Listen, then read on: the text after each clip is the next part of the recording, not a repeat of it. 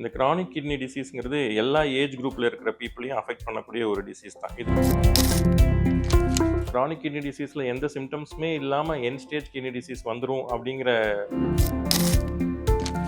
வணக்கம், நான் doctor Vasanth, senior consultant nephrologist in PhD super speciality hospital.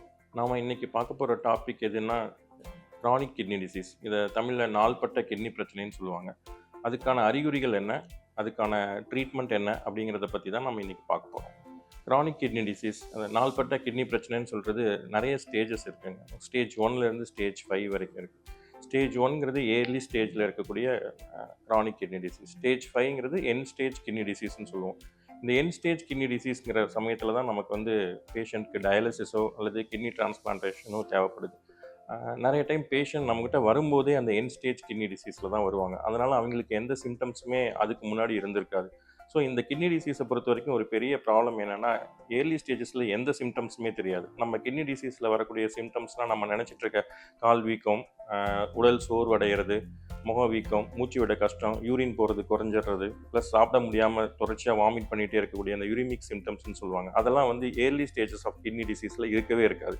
நம்ம பார்க்குற ஸ்டேஜில், அதாவது என் ஸ்டேஜ் கிட்னி டிசீஸில் தான் அந்த சிம்டம்ஸ்லாம் வரும். அந்த ஸ்டேஜில் நம்ம பேஷண்ட்க்கு நம்ம டயாலிசிஸ் தான் பண்ணணும்னு சொல்லும்போது எல்லா பேஷண்ட்ஸும் கேட்குறது, இந்த டயாலிசிஸ் இல்லாமல் வேறு ஏதாவது ஆப்ஷன்ஸ் இருக்கா அப்படிங்கிறத பற்றி தான் மெயினாக எல்லாருமே கேட்பாங்களா இருக்கும். இந்த கிரானிக் கிட்னி டிசீஸ் எதனால் வருது அப்படிங்கிறத நம்ம ஃபஸ்ட்டு தெரிஞ்சுக்கலாம்.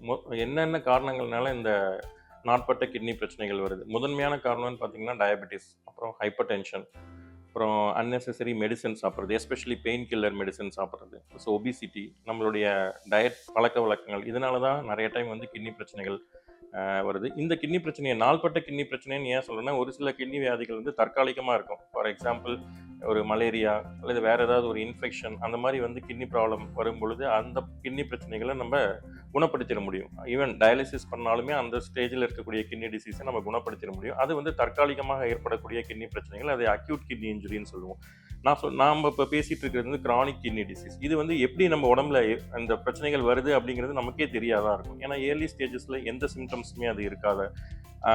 எந்தெந்த டிசீஸ்னால வருது அப்படின்னு பார்த்தீங்கன்னா, டயபெட்டிஸ், ஹைப்பர் டென்ஷனால தான் மெயினாக வருது. டயபெட்டிஸ், ஹைப்பர் டென்ஷன் இருக்கிற பேஷண்ட்ஸ் ரெகுலராக நம்ம செக் பண்ணிக்கும் பொழுது இந்த சிம்டம்ஸை நம்ம இல்லாத ஸ்டேஜ்லேயே நம்ம கண்டுபிடிச்சிருக்க முடியும். நமக்கு கிரானிக் கிட்னி டிசீஸ் ப்ராப்ளம் இருக்குது அப்படிங்கிறத அந்த ஏர்லி ஸ்டேஜஸ்லேயே சிம்டம்ஸ் இல்லாத போதே நம்ம கண்டுபிடிச்சிக்க முடியும். இந்த கிரானிக் கிட்னி டிசீஸ்ங்கிறது எல்லா ஏஜ் குரூப்பில் இருக்கிற பீப்புளையும் அஃபெக்ட் பண்ணக்கூடிய ஒரு டிசீஸ் தான். இது ஜெண்டர் டிஃப்ரென்ஸ் கிடையாது. மேல், ஃபீமேல் ரெண்டு பேர்த்தையுமே இதை அஃபெக்ட் பண்ணலாம். இது ஏஜ் ஒரு டெஃபினேஷன் கிடையாது. இந்த ஸ்டேஜில் தான் கிட்னி டிசீஸ் வரும் அப்படின்னு. பட் ஒரு சில வியாதிகள், ஜெனட்டிக் டிசீஸ்னாலையும் கிட்னி பிரச்சனைகள் வரலாம். அதெல்லாம் ரொம்ப ஏர்லி ஸ்டேஜஸ்லேயே கிட்னி டிசீஸை காஸ் பண்ணிடலாம். நெஃப்ராட்டிக் சிண்ட்ரோம்னு சொல்லுவாங்க. அந்த யூரினில் நிறைய புரதச்சத்து லீக் ஆகக்கூடிய பிரச்சனைகள், அதெல்லாம் கிட்னி டிசீஸோட ஒரு பார்ட்டு தான். அதெல்லாம் ரொம்ப ஏர்லி ஸ்டேஜஸ்லேயே கூட வந்துடலாம்.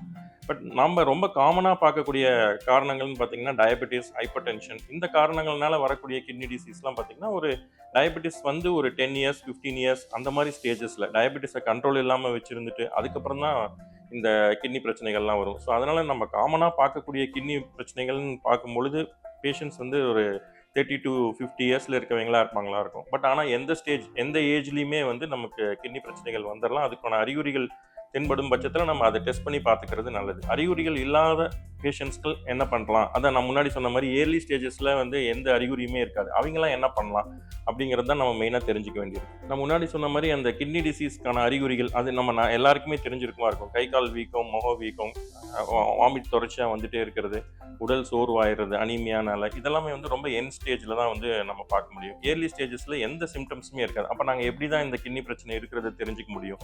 ஸோ ஃபார் எக்ஸாம்பிள், நான் சொன்ன மாதிரி டயபெட்டிஸ் தான் ரொம்ப common cause for kidney disease. அப்படின்னா டயபெட்டிஸ் இருக்கவங்களுக்கு கிரியாட்டினின் அப்படிங்கிற ஒரு பிளட் டெஸ்ட், ப்ளஸ் யூரினில் ப்ரோட்டீன் லீக் ஏதாவது இருக்கா, ப்ளஸ் யூரினில் பிளட் ஆர்பிசி, டபிள்யூபிசி இதெல்லாம் இருக்கா, ரத்த அணுக்கள் ஏதாவது இருக்கா அப்படிங்கிறத நம்ம ரெகுலராக செக் பண்ணி பார்த்துக்க வேண்டியிருக்கும். எல்லா டயபெட்டிஸ்க்கும் கிட்னி ப்ராப்ளம் வந்துடாது. பட் ஆனால் டயபெட்டிஸில் இருக்கவங்க அட்லீஸ்ட் இயர்லி ஒன்ஸ் ஆகுது இதை மூணையும் செக் பண்ணி பார்த்துக்கிட்டாங்கன்னா நம்ம ஏர்லி ஸ்டேஜஸ்லேயே சிம்டம்ஸ் இல்லாத போதே கிட்னி பிரச்சனைகள் வரதுக்கான அறிகுறிகள் இருக்குது அப்படிங்கிறத நம்ம கண்டுபிடிச்சிட முடியும். அது ஏர்லி ஸ்டேஜஸ்னால் சிகேடி ஸ்டேஜ் 3, ஸ்டேஜ் 4லேயே நம்ம கண்டுபிடிச்சிட்டோம் அப்படின்னா நம்ம என் ஸ்டேஜ் கிட்னி டிசீஸ் போகிறத தடுக்க முடியும். அட்லீஸ்ட் வந்து அந்த ஸ்டேஜுக்கு வரதை வந்து இன்னும் சில வருஷங்களுக்கு நம்ம தள்ளி போட முடியும். நிறைய பேஷண்ட்ஸ்க்கு எந்த சிம்டம்ஸுமே இல்லாமல் நாங்கள் பார்க்கும்போதே என் ஸ்டேஜ் கிட்னி டிசீஸில் தான் வருவாங்க. அவங்களுக்கு நாங்கள் வேறு வழியே இல்லை, டயாலிசிஸ் தான் அட்வைஸ் பண்ணி ஆகணுமா இருக்கும். அந்த மாதிரி ஸ்டேஜஸில் பேஷண்ட்ஸ் வந்து நிறைய பேர் சொல்லுவாங்க, நான் டயாலிசிஸ் ஆரம்பிச்சிட்டேன்னா நான் தொடர்ச்சியாக பண்ணிட்டு தானே இருக்கணும், அதனால் நான் டயாலிசிஸ் ஆரம்பிக்க மாட்டேன் அப்படின்றது நிறைய பேர் கேட்பாங்க. பட் ஆனால் நாங்கள் டயாலிசிஸ்ன்றது வந்து ஒரு உயிர் காக்கும் சிகிச்சை மாதிரி தான். அந்த பர்டிகுலர் ஸ்டேஜில் நம்ம சொல்கிறது வந்து டயாலிசிஸ் பண்ணிக்கிட்டா தான் அவங்களுக்கு வந்து லைஃப்பை ப்ரொலாங் பண்ண முடியும். ஸோ ஒரு பர்டிகுலர் ஸ்டேஜில் வந்து டயாலிசிஸ் தேவைப்படும் அப்படிங்கிற ஸ்டேஜ் வந்துருச்சுன்னா நம்ம கண்டிப்பாக டயாலிசிஸ் பண்ணிவிட்டு சேஃபாக இருக்கிறது தான் நல்லது. டயாலிசிஸ்ங்கிறது கிட்னி பண்ண வேண்டிய வேலையை அந்த மெஷின் மூலமாக நம்ம பண்ணுறோம், அதுதான் டயாலிசிஸ்ன்றது. பட் ஆனால் அது கம்ப்ளீட் க்யூர் கிடையாது அந்த இதுக்கு. ஸோ கம்ப்ளீட் க்யூர் வேணும் அப்படின்னா டயாலிசிஸ் ஸ்டேஜுக்கு வந்த பேஷண்ட், அந்த என் ஸ்டேஜ் கிட்னி டிசீஸ் பேஷண்ட் வந்து ஒன்லி ஆப்ஷன் வந்து கிட்னி மாற்றி வச்சுக்கிறக்கூடிய அந்த கிட்னி டிரான்ஸ்பிளான்டேஷன்ஸ் தான். கிட்னி டிரான்ஸ்பிளான்ட் பண்ணிக்கிட்டால் மட்டும்தான் அவங்க வந்து இந்த டயாலிசிஸ்லேருந்து வெளியே வர முடியும். மறுபடியும் பழைய நிலைமைக்கு அதே கிட்னி ஃபங்க்ஷன் டெஸ்ட்லாம் பார்த்தீங்கன்னா கிரியாட்டினின்லாம் நார்மல் ஆகிடும். முன்னாடி எப்படி இருந்தாரோ ஃபஸ்ட்டு அது ஒரு இன்னொரு நியூ லைஃப் மாதிரி தான் வச்சுக்கோங்களேன் கிட்னி டிரான்ஸ்பிளான்டேஷனுங்கிறது. ஸோ அதனால் டயாலிசிஸ் ஸ்டேஜ் வந்துருச்சு அப்படின்னா நம்ம சேஃபாக டயாலிசிஸில் இருந்துட்டு கிட்னி டிரான்ஸ்பிளான்ட் பண்ணிக்கிறது தான் இந்த கிரானிக் கிட்னி டிசீஸ், அதாவது என் ஸ்டேஜ் கிட்னி டிசீஸ்க்கு இருக்கக்கூடிய ஒரே ஆப்ஷன். ஸோ இந்த கிரானிக் கிட்னி டிசீஸில் எந்த சிம்டம்ஸுமே இல்லாமல் என் ஸ்டேஜ் கிட்னி டிசீஸ் வந்துடும் அப்படிங்கிற காரணம் இருக்கிறதுனால நம்ம வருமுன் காப்போம் தான் ஒரே தீர்வு இதுக்கு.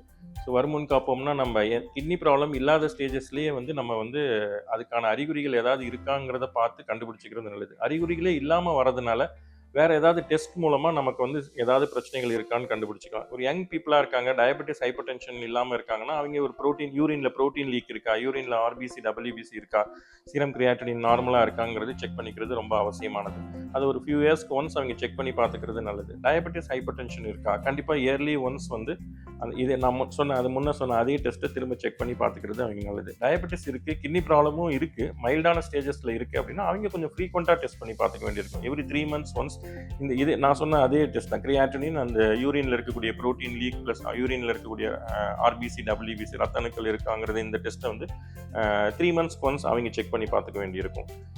இப்படி செக் பண்ணி பார்த்துக்கிட்டாங்கன்னா ஏர்லி ஸ்டேஜஸில் கண்டிப்பாக கிரானிக் கிட்னி டிசீஸை கண்டுபிடிச்சிட முடியும். அவங்க என் ஸ்டேஜ் டிசீஸ்க்கு போகிறத கண்டிப்பாக தவிர்க்க முடியுமா இருக்கும். ஸோ மற்ற எல்லா டிசீஸ் மாதிரி தான் வருமுன் காப்போம் தான் கிரானிக் கிட்னி டிசீஸ்க்கும் வந்து ஒரே சிறந்த தீர்வு. தேங்க்யூ.